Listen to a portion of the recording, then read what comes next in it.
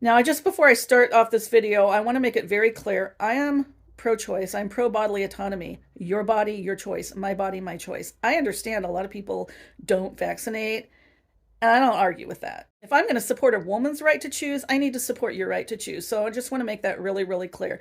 If you don't want to get a vaccine, that's your business. It's not my business. The Shingrix vaccine, I decided, was right for me, despite any vaccine having some risks. There is a very small risk of getting the Guillain-Barré syndrome and other side effects. The side effects I've experienced with both doses of the Shingrix have been, the arm pain, and I woke up this morning with a bad headache, and I drank my coffee, took an ibuprofen, and I feel a lot better now. So if you've ever had shingles, I would love to hear from you. What was your experience? How bad was it? Did you end up in the hospital? Did you end up with neuralgia? Because a lot of people with shingles, even when they get over the virus, they have nerve pain that can last for years. I didn't want that to happen to me. My dad had shingles 10, 15 years ago. He actually had it twice, and he said it was miserable.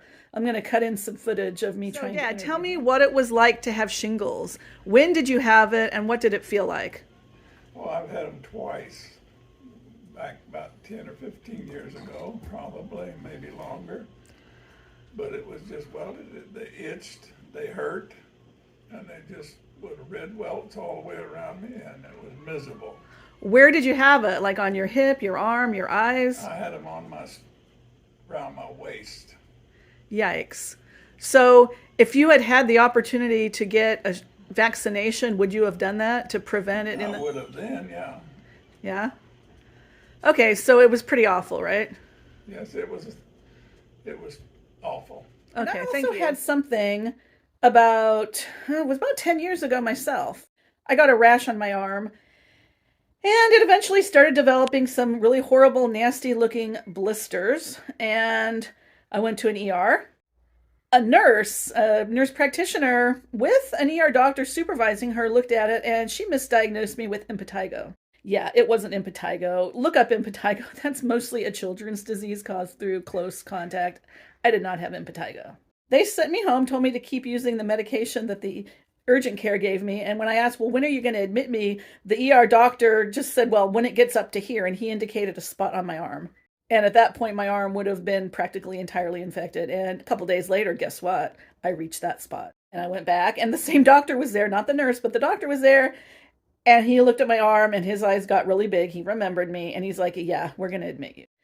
And I ended up on Valtrex, which is an antiviral, and that's what they use to treat herpes. And I also ended up on a very heavy-duty antibiotic, what was it, doxycycline or something like that, and a really heavy dose of steroids. And the steroids are what stopped the itching. Yes, so the itching, I call it itching. It was bone-deep burning. But to me, it wasn't quite pain, but there's this fine line between the deepest, burningest itch you've ever felt in your life and pain. I was diagnosed with possible shingles. Yeah, so an infectious disease nurse had come in a couple of days before, or maybe it was a day before. She looked at my arm and she opened her mouth and said, oh my God, that looks like MRSA, which I wish she'd kept her mouth shut because she put the fear of God in me. I was so scared. I can't tell you how scared I was. Telling a person with undiagnosed anxiety that they might have a deadly infection called MRSA, you know what MRSA is, it can kill you. Yeah, thank God it wasn't. Like I said, I got diagnosed and discharged with possible shingles, but we don't know. They just referred to it as a herpes-like infection because shingles is basically herpes. If you've ever had chickenpox, you run the risk of developing shingles later in life. Shingles is related to chickenpox. It is the chickenpox virus, basically, which is a form of herpes. I think it's herpes zoster. I probably should have looked that up before I started this video. Anyway, I never went to get that again. I actually did start getting an infection in my arm 2 times after that. In both cases, I ran to the dermatologist that I had started seeing after I got discharged from the hospital. They put me on the same drug cocktail of an antibiotic, steroids, and the Valtrex. And thank God, both times they nipped it in the bud. I never want that to happen again. So being over the age of 50, I became eligible to get the Shingrix vaccine. The Shingrix vaccine is one of 2 vaccines that were developed to fight shingles in older adults. The other vaccine, I think it was called Zostavax, is no longer offered in the United States. It was made from a weakened live vaccine, and it could still leave you at risk of getting shingles.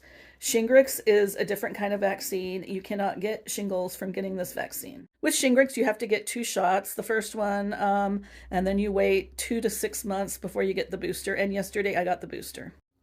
So anyway, I'm going to go ahead and end this video now, but thanks for watching, and I will see you in the next video. Bye.